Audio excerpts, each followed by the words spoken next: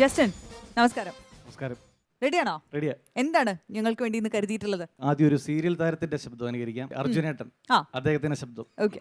മോഹനവല്ലി, മോഹനവല്ലി, അമ്മ ഞാനൊരു കവിത ചൊല്ലട്ടെ അമ്മേ, നല്ലതല്ലേ? അമ്മയുടെ ഫോട്ടോ വെക്കാതാ പറഞ്ഞ അർജന്റീനയുടെ ഫ്ലെക്സിന്റെ താഴെ 1500 രൂപ വേണമെന്ന കമലാസനം പറഞ്ഞ്, നല്ലതല്ലേ അമ്മേ? അമ്മ മേഴ്സി, മേഴ്സി അല്ലേ അമ്മേ, മെസ്സി എന്നാ പറഞ്ഞാല് കന്നുകാലിയുടെ മോഹന്റെ അമ്മയ്ക്ക്. മോഹനവല്ലി വേണ്ട, അമ്മയാ നല്ലത്. Thank U.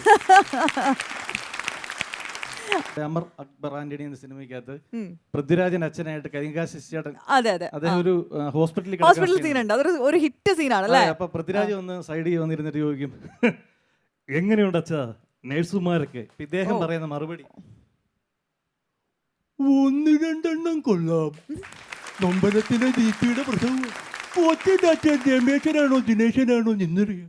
ചന്തമേടത്തി ഇത് കുറച്ച് വരാനും കൊട്ടമ്പുള്ളിക്കിട്ട് പറ്റ അക്കാലക്കും അച്ഛനെന്നെ കൂടി നിർത്താനൊന്ന് പ്രാർത്ഥിക്കണം. പെട്ടെന്നൊന്നും വേണ്ട, ചവരം പോലെ പ്രാർത്ഥിക്കാൻ മതി. ഇനി അടുത്തതാരാണ്? അടുത്തത് ശ്രീ ലാലു അലക്സിന്റെ ശബ്ദം. ഓക്കെ.